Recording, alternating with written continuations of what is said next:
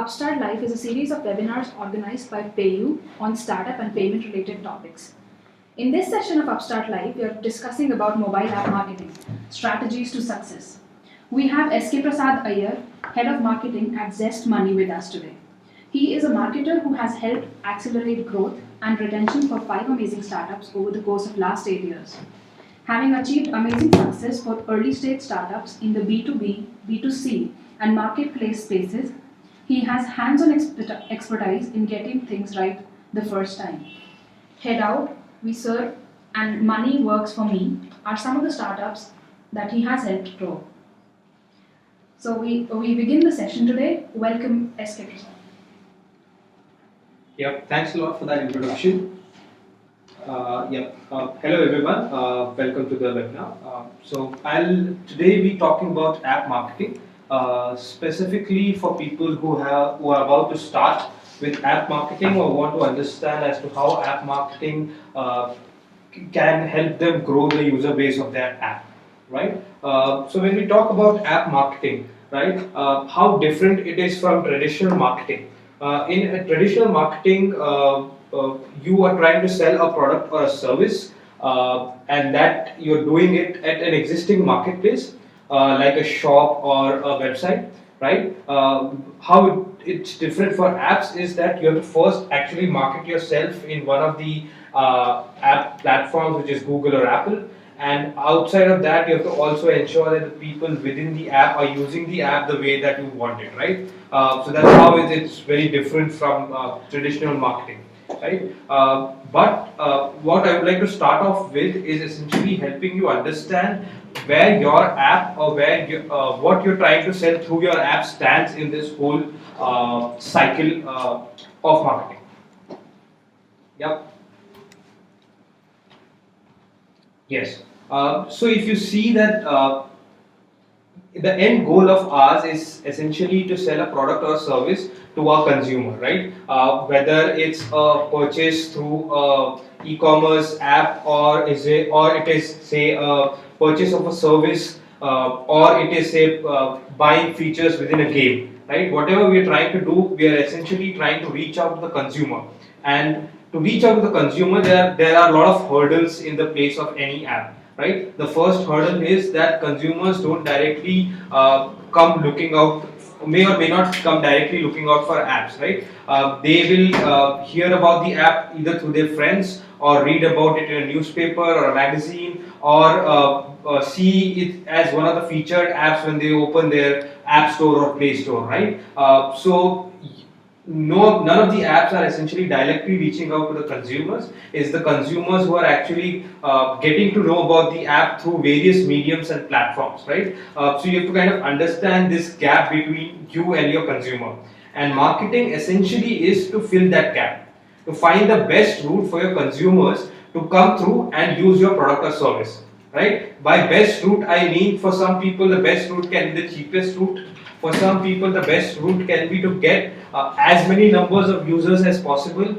For some others, the best route can just mean to get a fixed number of users for their products or services, right? So that's what I mean that, okay, consumers are on one side, your products and services on one side, and they are connected through media and platform, right? How are media and platform different? Media essentially means any mass medium where consumers are going to consume content.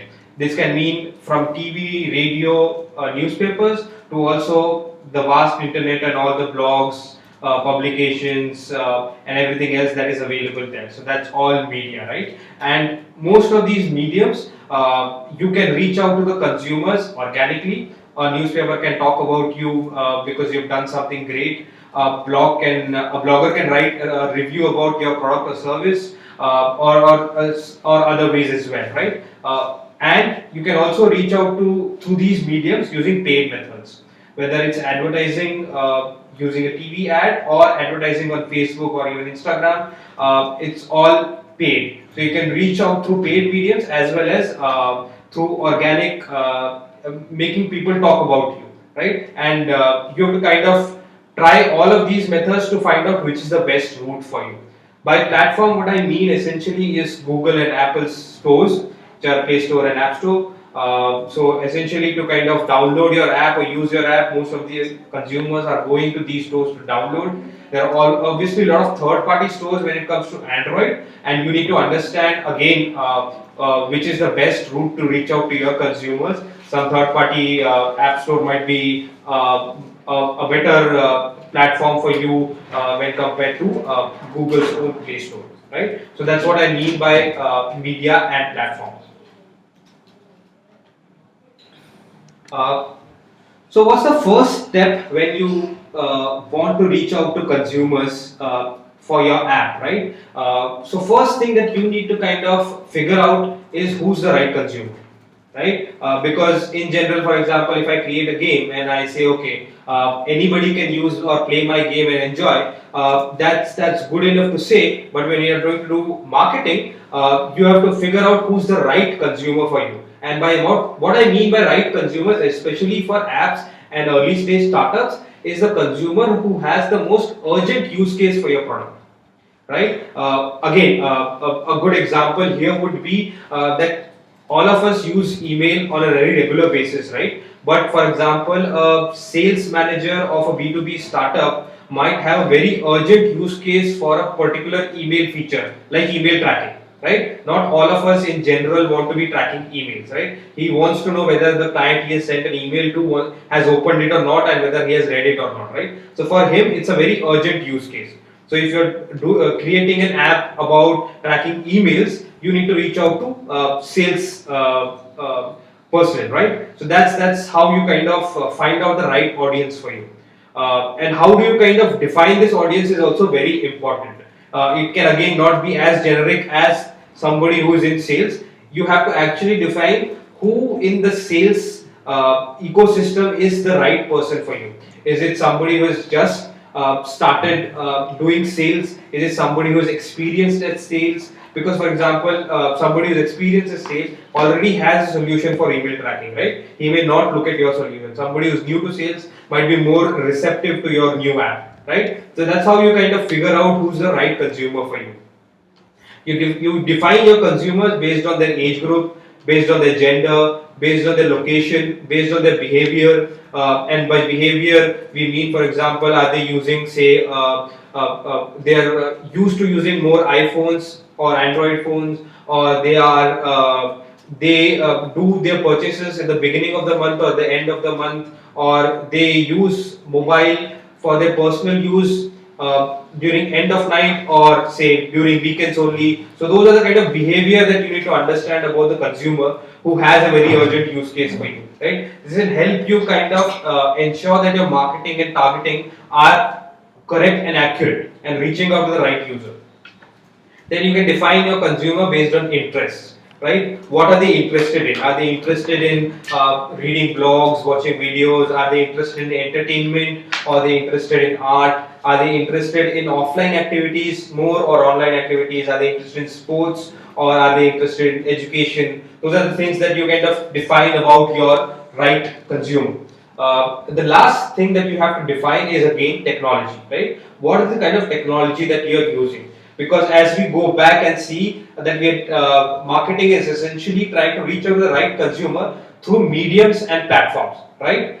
Now understanding your right consumer, what technology is using, will help you answer which media and which platform, right? For example, if you know that your consumer only reads newspapers, reaching out to them through Facebook and Twitter is not going to make a lot of sense, right? The other way around, if you know that your consumer is, say, very young people in India, you will know that, okay, they're very active on Snapchat, right? So something like Instagram or Facebook again might not be relevant for you, right? So you need to figure out the technology that they are using and accordingly go and reach to that right consumer. Right. Now once you've decided, okay, this is the right consumer for me, how do you reach out to that consumer, right? First, what you do is focus on the media that you own, right? When we talk about media, we say that websites, blogs, social profiles, everything is a media, right? So you need to first work on the media that you already own. You can easily go and create a social profile for yourself, create a website for yourself, create a blog for yourself. right? You can hire the right kind of people who are already popular within the space that you're trying to reach out to, right? So that's what you do. You kind of focus on your people, product, technology, profiles, websites, and content first. Crack that, because unless that is ready, if you're getting a lot of users to your website and your website is not communicating the right message or not reaching out to the right consumer, your website will essentially fail. 1,000 people will hit your website, but nobody will download your app. Right? Similarly, if you bring a million people to your app store page, but your app store page is not attractive enough and not reaching out to the right consumer again, which you defined in the previous step, it's not going to convert and make them download. Right? So you need to focus on your own media first before reaching out to other mediums, which is what I mean by this section. Right? Now that you have cracked your own media, right, you need to define as to what is the purpose of each medium, right? The purpose of each medium is to release communication to consumers, right?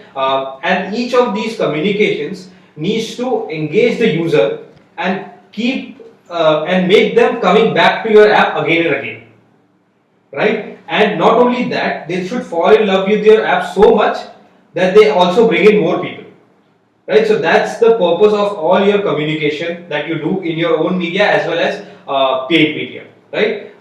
Because why do you want to kind of do this? For example, if you take a step back in your own life, what are the brands or products or services you use, right? And if you take a step back, you'll realize that okay, you started using those products because either you heard from your friend or you saw an exciting advertisement about that product, right? And that's what I mean, that because that product's ads were so memorable and so engaging, you kind of went ahead and started using that product. Or it was for one of your friends started using it because he saw the ad and he was so engaged by the product itself, he told you about it, right? So this entire cycle will only work when you are able to crack this, right? So before going and actually spending money on paid platforms, you need to crack this with your own media, right? Engage the consumer so that they keep coming back, and not only come back, they also bring more people along with them, right? Now, so how do you do that? It's extremely simple in terms of theory. You have to just build amazing and memorable communications, right? If you kind of remember your childhood, what are the kind of TV ads that you remember? Or if you say that, okay, yesterday you saw TV, what are the ads that you remember, right? In television, it's very easy to make a memorable ad because it's a video platform. There's a lot of visuals there, so it's easy to make it memorable. But what you need to figure out is, across all your mediums, you need to make your communication as memorable, right? So that's what a lot of people kind of forget. Like for example, if you are doing a Facebook ad, they'll just kind of copy paste that screenshot, put it there, and that's it, right? That's not going to kind of work with people. It's not going to make them download your app, or even if they download the app, they'll not even remember what they saw, right? And they'll kind of, you'll lose them in the first install itself, which is what you don't want to be doing, right? So to kind of stop that, you have to build amazing and memorable communication, right? So focus on your audience, understand your audience, what they like, what they dislike, and then kind of come back and build a communication that will attract them first, and also start making them fall in love with your product. How do you do that? Is essentially you look at your own marketplace, right? Your right consumer, what is the other kind of communications he's seeing, right? Because if you have to stand off, you have to stand off in comparison to all the other communications that they are getting, right? If your communication is very similar to a competing app, they're not going to be able to, you're not going to be able to win them over the other app, right? So you have to kind of ensure that in the marketplace, within the competitors that you have, within the substitute products or services that you have, your communication has to stand out, right? So that's the purpose of building amazing and memorable communication, right? Now we have done that. You have kind of found out the right consumer. You have built really amazing content and communication on your own medium. You've also kind of tested those communication out in other media and also in paid medium. Now we have done that. Now how do you know whether it is working or not? Which is the most important aspect of doing it again and again and again, right? Because doing it one time is very easy, right? Or sounds easy, but doing it again and again is the only way to ensure that audiences keep coming to your app and keep using your app, right? So do that. You have to kind of analyze and optimize your campaigns, right? Each of your campaigns should be better than your previous campaigns, right? Each of your new campaigns should be better than the competitor's new campaign, right? So you need to compare yourself with your previous campaigns, and you also compare your campaigns with your competitors' campaign, right? So how do you kind of do that? Is essentially you ensure that when you're doing this, you have the right analytics tools and data set in your place. You're capturing all the information within your app as well as outside of your app, right? If you have Google Analytics installed, you need to be tracking the right events so that you know that when a user comes in, what is he doing on a regular basis, right? You also need to kind of partner with attribution tracking so that you know, okay, this guy came from Facebook, he did this guy came from Facebook and this particular post attracted him and this is what he did after that, right? This guy read about me in a blog review, he came to my Play Store page, he downloaded the app, this is what he did. So you need to be able to track not only what they do in your app but where they are coming from, right?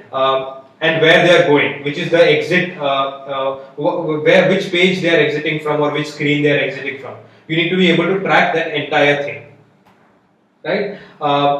Now, within your product, it's very easy to be able to do that. You know what events that you want to track and all of that. Now, how do you kind of track or measure the performance of your campaigns in media, which is third party, right? Whether it's Facebook, Twitter, or Google Ads and things like that, right?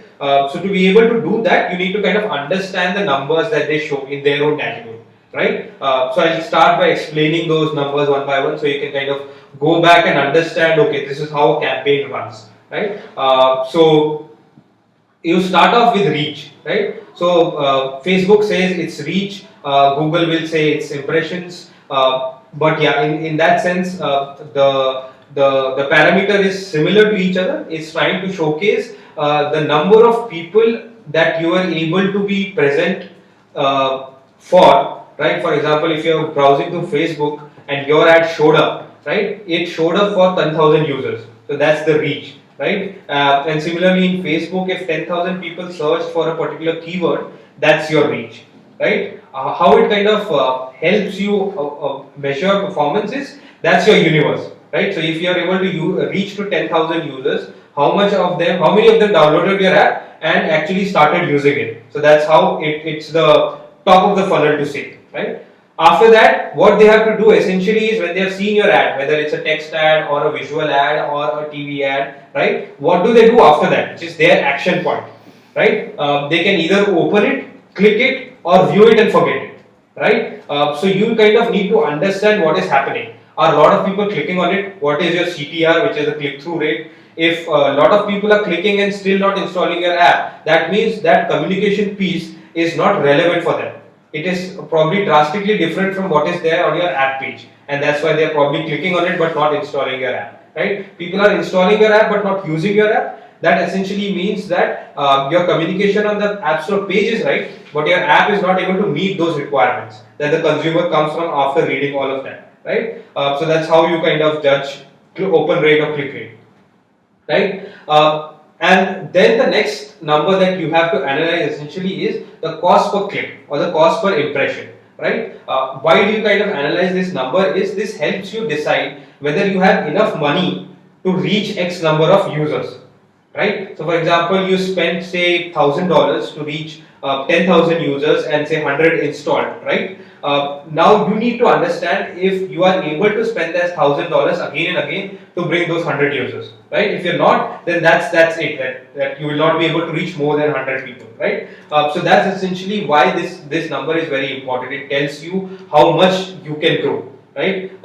And that's very important for anybody to do, right? Completed action or results. This is something that you kind of track within your app. So for example, if they have downloaded the app and the first step in your app is to sign up, right? Are people signing up after the download, right? It's a very important number to track, because if people have not signed up, they've essentially downloaded and they have left your app, right? So they're not active users. So whatever money you spent it's kind of a loss for you in that sense if nobody signs up, right? And your cost also needs to be measured per action, which is the last one, is the cost per action. So if sign up is your goal, or say buying a product within your app is a goal, or in-app purchase is your goal, right? You need to be able to track that number and attach it to the particular campaign, because otherwise you'll not know which campaign is doing well or which medium is doing well, right? So these are the numbers you kind of assess and measure your performance.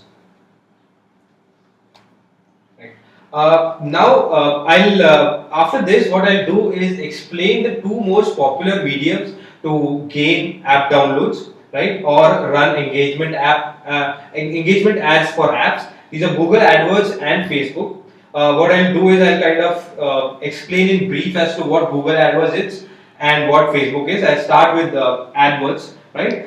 So AdWords is essentially all about keywords, right? How Google started was essentially a search engine, right? And in a search engine, people enter keywords to search, right? Even on Play Store, when I'm trying to look for an app, I'm most likely to go and search for that particular keyword. Like for example, if I'm looking for say a puzzle game, I'll go and type puzzle game. Or if I'm looking for an email app, I'll go and type email app, right? So Google AdWords is essentially a platform that helps you reach out to those consumers who are searching for something specific, right? They may be searching for it, they may also be reading content around that topic, right? So those are the two places that you can reach out to using Google AdWords, right? Google AdWords is essentially a platform that is mostly manual, plus there is some algorithms that Google has brought into recently, right? What I mean by manual and algo driven essentially is that in Google you need to tell Google that this is your budget, this is your bid, these are the set of keywords that you're trying to target, right? And this is the page that you want to take them to, right? And once the campaigns start running, you have to kind of go and optimize the bids yourself, change the bids yourself, or add more keywords or remove keywords, add negative keywords, and all of that you have to go and do manually, right? But recently, for example, with universal app install campaigns and other kind of features that Google has brought in, you can also use Google's algorithm. What it does essentially is, once you launch a campaign and tell user that this is the app that I want to promote, Google does all the legwork of finding the keywords, finding the places to advertise, finding the right bid amounts and all of that, and will go and spend the money that you want it to spend, right? So it will do all the hard work. You will not have to do do the manual effort. So they kind of have both within their product, right? Google AdWords is essentially split into or is essentially structured in a pyramid format, and how the pyramid starts from campaigns, right? So the campaigns essentially are to define the budget and what kind of optimization that you want to do and what kind of results you want to achieve, right? So for example, if you want an app install campaign, you will go and do a universal app install campaign. If you want a search campaign, you will go a search campaign. If you want to do a display campaign, you can do a display campaign, right? So where you are trying to reach the user, what's your budget, and what kind of bidding do you want to do is controlled at the campaign level. Once you have created the campaign, you need to move on to the ad group level. Ad group level controls the theme of the keywords or the theme of the creatives that you will be using, right? So it's essentially just a container in that sense. It allows you to kind of have a bid for that particular ad group. For example, here, let's start a campaign for people in Mumbai who are interested in, say, movie tickets, right? So that's your campaign. You've defined your audience. You have defined people searching for something, right? And you say you're going to be spending $1,000 there, right? So you will now create an ad group where you will decide, okay, if movie tickets, I want to reach out to people who are looking for movie tickets, I will split my ad groups into people who are looking for Bollywood movies, people who are looking for Hollywood movies, people who are searching for a particular theater. So these can be 3 or 4 ad groups that I can create, right? So that's how you create an ad group. Within the ad group, you go and add keywords first, right? So basically you define, okay, if Bollywood movies is what I want to target, you'll go and add the latest movies that are there, and you'll add them as keywords, right? Now you can add keywords in multiple formats. The formats are broad, BMM, which is broad modified match, phrase match, and specific. right? So by broad, what Google essentially means is if you add something like Bollywood, right? Google has its own understanding of the term Bollywood, right? It will say Hindi movies also means Bollywood. It will say Amitabh Bachchan movies also means Bollywood, right? So it will have that understanding, and it will kind of show as to even people who are searching for those related terms. They might not be the exact term that you put. So that's essentially what broad means, right? BMM is kind of a version of broad where you're trying to tell Google that don't show it to people who are searching for Amitabh Bachchan movies or Hindi movies.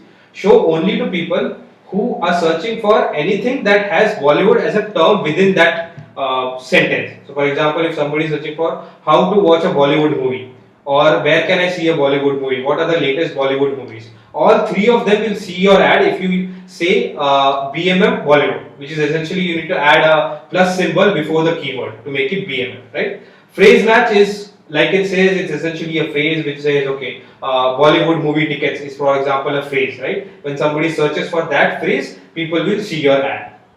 Specific essentially means that you show an ad only for a very specific keyword.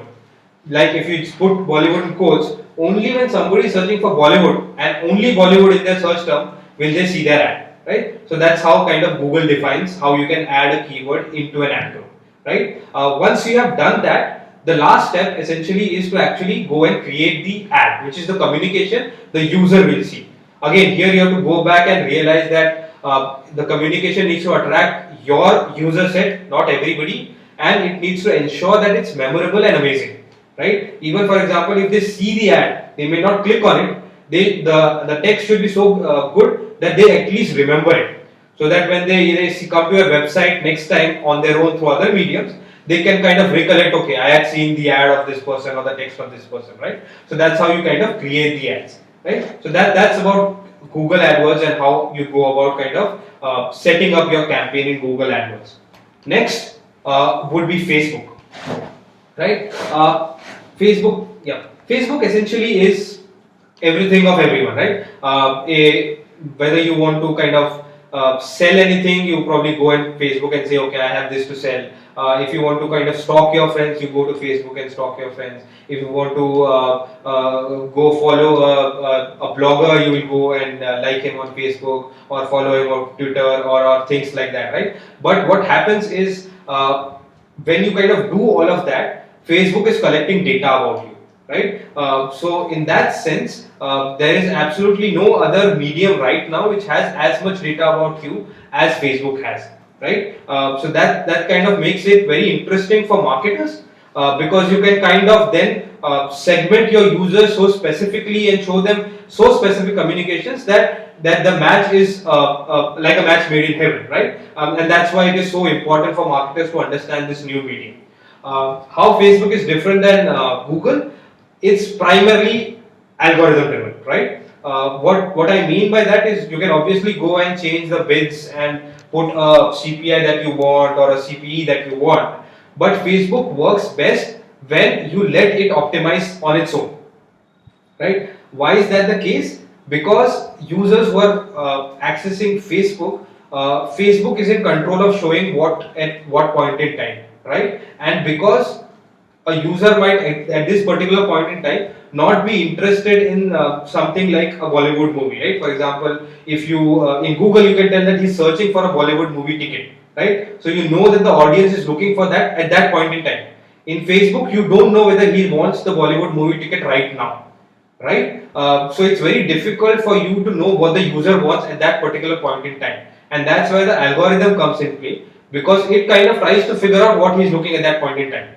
And because Facebook has data about what you're doing, what you're organically seeing or clicking, and what are the other competitors, it probably is very good to depend on its algorithm instead of trying to do it manually.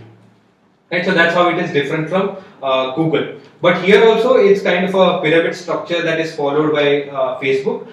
So you start by campaign, but here the campaign is only the campaign here is like the ad group in AdWords. Is essentially just to kind of bundle up things together and put it into a superset, right? It by itself has no function, right? Because all the budgeting, optimization, targeting, etc., you do at an ad set level, not at a campaign level, right? So it's essentially only to kind of bucket similar things together. At a campaign level, what you can select is what's the purpose of the campaign, which is essentially, is it awareness, is it post-like campaign, is it an app install campaign, is it an app engagement campaign, is it a conversion campaign, etc., etc., right? So that's how you kind of start from a campaign. Once you created the campaign, the next most important aspect in Facebook is the ad set, right? So for example, let's take the same example of you trying to reach out to people who are looking to book Bollywood movie tickets, right?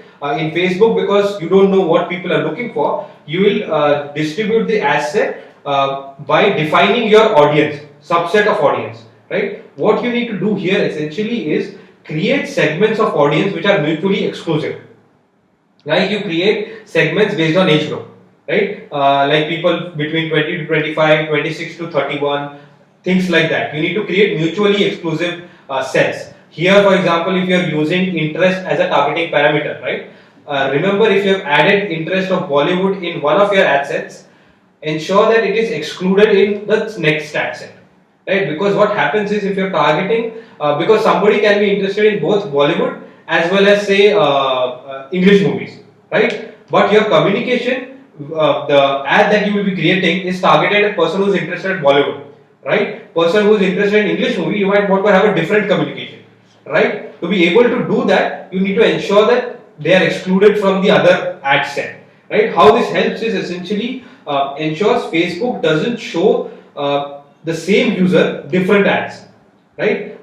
Because that essentially would kind of increase your cost first, because two ads are being shown, so two impressions are going and you're paying twice for a single user, and also kind of not be relevant for the user, so your relevance score will also drop. So ensure your ad sets are mutually exclusive, right? Once you've defined the targeting, you kind of say, okay, I will want to want the install at this cost, or I want to only run an Instagram campaign or a Facebook newsfeed campaign, and those kind of things, right? So those are the things that you define at the ad set level. After that, you kind of move to creating an ad. Now always remember that within each ad set, you should always have at least two ads running. Why do you want to do that is essentially you're trying to test which ad is doing better, and you're also ensuring that that Facebook knows that there are two ads that it can show. Because what happens in Facebook is, if one particular ad or visual is being shown too many times to a user and it's still not getting clicks, Facebook will kind of give your entire account a bad score, right? So you want to kind of have different visuals so that your ads don't become monotonous for the same user, right? So that's why you should have at least two ads within your ad set. And the different formats here are carousel, where you must have seen on Facebook, where you see a slide kind of a format where you can swipe and see 3 or 5 different images of a particular ad, right? Then there is a single image ad where only a single image is there. There are video ads where you can showcase a video as an ad. There are slideshows and canvas, different formats that you can use within Facebook. So that's essentially about Facebook marketing and how you can use it to kind of drive installs for your ad. So that's it from my side in terms of explaining what mobile app marketing and how you can go about doing it. So that's it from my side. I will hand it over to Dharti.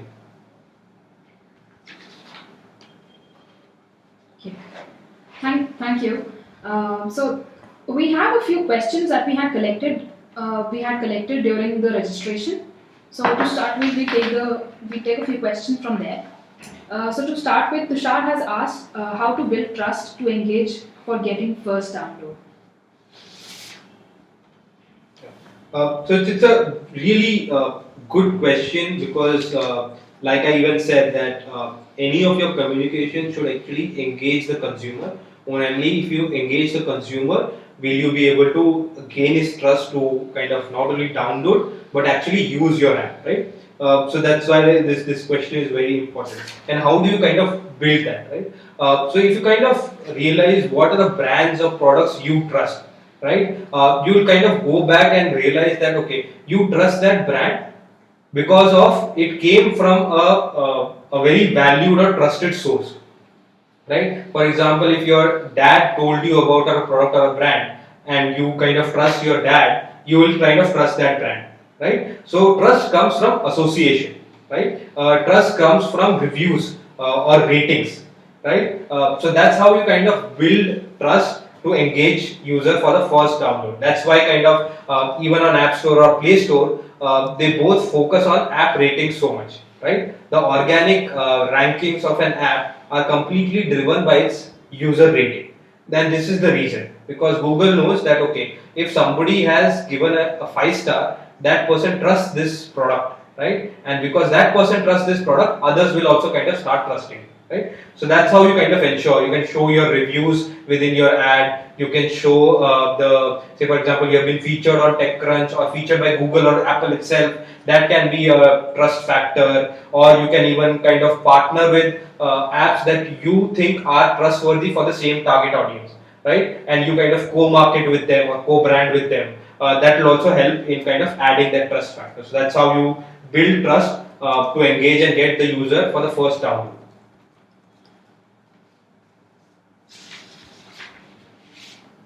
Okay, so another question from Balakumaran. He asks, what is the key differentiator strategy for mobile app marketing for a B2B and B2C scenario?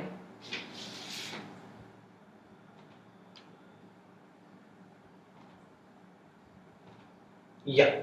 So this is again a very critical question, because somebody looking to interact with a business is very different from somebody who's looking to interact or in that sense, somebody who's looking to buy a product or a service for his or her business is very different than when somebody is trying to buy something for themselves, right? For example, for myself, I might want to buy the most expensive of phones, right? Which I know would be very useful for me. For my company, I might want to buy something which is the cheapest one, so that I don't I ensure that it is as profitable as possible, right? Similarly, in terms of say, I'm trying to use a service, which is say again in this case email tracking, right? For if I'm using it for my business, I am probably willing to pay a little bit more because I want it to be very efficient. But as a consumer, I would probably want it to be free, right? So that's how the kind of customer's outlook towards your app changes, whether he's looking for it for a business perspective or for personal use, right? That's how consumers' psyche is very different in these cases. Now, because the psyche is different, when they are looking for it and where they are looking for it also changes, right? For example, if I am looking for a B2B app, I might be looking at B2B forums or B2B blogs, right? But if I am looking for an app for my personal use, I'm probably asking my friends or say browsing through Facebook or reading some generic tech blogs, right? So where you kind of place your marketing pieces also is driven by the fact whether you're trying to reach a person who's trying to buy for a business or for themselves, right? So that's how kind of B2B and B2C is very different. You need to kind of understand what medium or platform is relevant for what. For example, say a B2B company might move away from Google Play Store and focus on delivering the app only through their own platform, right? Might be one of the approaches that a B2B company takes, right? Whereas if you are B2C, you have to be on Play Store, you can't avoid it, right? So that those are the kind of differences that you can see when it comes to B2B marketing vis-a-vis B2C marketing. Okay, so Praisudi asks, is there any other channel which is as good as Facebook and Google Media in terms of tracking conversions? Yeah, so tracking conversions is dependent on the analytics that are there within your app. So they're not necessarily dependent on Facebook and Google in that sense. So what people are doing on your app and where they're coming from, your analytics needs to be in place to kind of measure that. But what I would probably think that what the user is trying or what Praisudi is trying to ask is the tracking of the campaign itself. Is there anything better than Facebook and Google? Unfortunately, the answer is no. Facebook and Google are probably the best in terms of showcasing how the ad is performing, where they are kind of open ad platforms. If you go to an ad network or a mobile ad network or a Chinese ad network, they are closed platforms. They'll only show you that okay, you put in $1,000 and you got so many downloads. What happened, where did the downloads come from, at what time the download came from, and all of that information is hidden in those places. Whereas in Facebook and Google is completely shown to you. This is the ad. This ad was shown to these many users at these point in times and these many times, and this is how they clicked, and this is somebody clicked, somebody liked, somebody shared, and all of that, right? So that's something that Facebook and Google share, but not necessarily any other platform shares that information. Can we change it to the first slide? The marketing.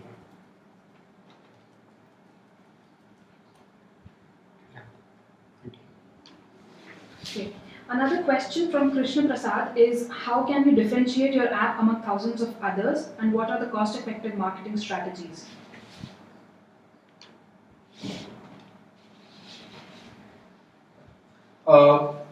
There are essentially three methods that you can use to kind of differentiate your app. First, you kind of need to look within and realize what's the most unique aspect of your app or your business, right? For example, if the most unique aspect of your app is something which is, say, the usability of the app itself, you've kind of created a very good user experience, and that's the most unique factor. You need to kind of understand that so that you can project it to your consumer, right? So first is trying to understand yourself, what is the most unique aspect of your app. Second is you need to understand your consumer base, right? Your right consumer, as I mentioned earlier, the person who has the most urgent use case for your app, right? For them, what is the most important thing, right? For example, if your most important thing is user experience, or most unique aspect is user experience, but your user actually doesn't care about it, it's going to be a mismatch, right? So you're not going to be kind of able to stand out in front of him, because for him UX doesn't matter, right? So kind of you need to be able to match your USP with what the consumer wants, right? Once you kind of do that, look within yourself and arrive at that point in time, you also need to look at the marketplace in general, right? What are the other products or apps that are available which do things which are similar to what you do, or can be acting as a substitute to what you do, right? And you need to look at what they are communicating, right? For example, what you are communicating is exactly the same as the next person in the, say, Google organic ranking, right? It's going to be very difficult for people to decide which one to download, right? That's why it's very important for you to know, okay, your competitor is saying this, and how I can kind of convert, I can say something else which is more relevant to the user, or more attractive to the user. So you need to look at the marketplace, the competitive landscape in general, and kind of reassess your own communication, right? The third way to kind of stand out in front of your audience essentially is using the right medium and communication, the combination of these two. For example, your users, for example, your competitor is taken over Facebook and is advertising to your audience on Facebook a lot, right? But you see that your users also use, say, Instagram a lot more, right? And they're engaged on Instagram a lot more often, right? So you have a very Instagram specific strategy which your competitor doesn't have, right? So you kind of try to look at medias and platforms where you can stand out easily because your user is there and nobody else is available. So you need to find those loopholes within the competitor's marketing campaign and kind of go and fix that. These are three ways that you can stand out. So the next question is about from Arvind, and it's about the most optimal marketing metrics that to be used to compare results across different apps. Yeah. So the most important metrics would essentially be the cost effectiveness of the platform, right? So for example, if you are able to get thousands of people from Facebook and only 20 people from Google Ads, right? And Facebook is charging you $20, whereas Google is charging you only $2 per install, right? you know that Google is more efficient and he is getting the right user because they're able to get it at a lower cost, right? So that's why that's how you kind of assess two different platforms, right? Now here again, the caveat is if in Google there are not enough users to go beyond 20, then it is not the right platform. So you need to kind of ensure that you compare the cost per action, per result with the reach that you're getting, right? Because if, for example, Google is showing ad to about say 100 people, whereas Facebook is showing ad to 2 million people, right? And in spite of optimizing budget and everything, Google is not able to go beyond 1,000 people. You know that this is the maximum that you can reach through Google. So it's again not a good marketing medium, right? So that's how you kind of measure different platforms against each other. Okay, Srinidhi asks if a mobile app is not visually appealing or technically good but provides a good value, how can marketing help here?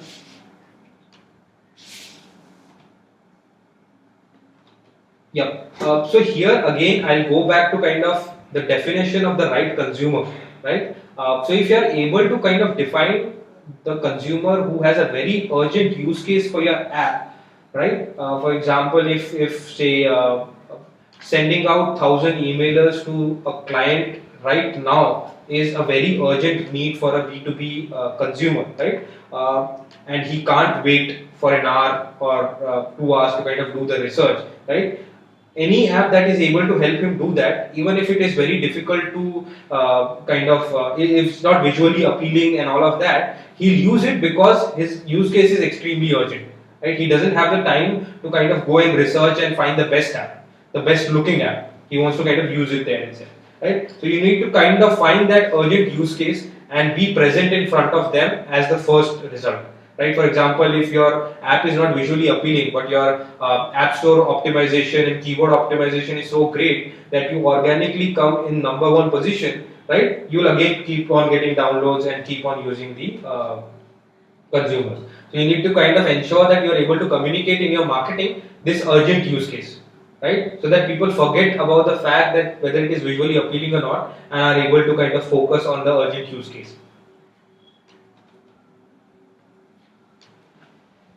So next question is from Prasanna on the panel, GoToWebinar panel. He asks, what should be the ideal size of the app? Does this play a factor for downloads?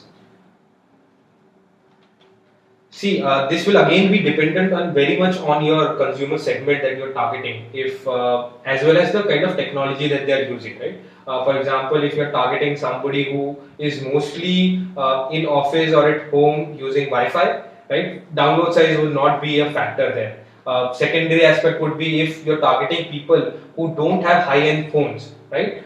Storage space will be limited for them, so they will not want to download a very big app, right? So it depends on your consumer who you're targeting, right? If you're targeting somebody who say has a high-end phone and usually has very easy access to Wi-Fi or even 4G, right? Download size doesn't matter. Okay, so we're taking the last question from Prabhat. He asks, what are the offline modes of marketing an app? Any insights on that?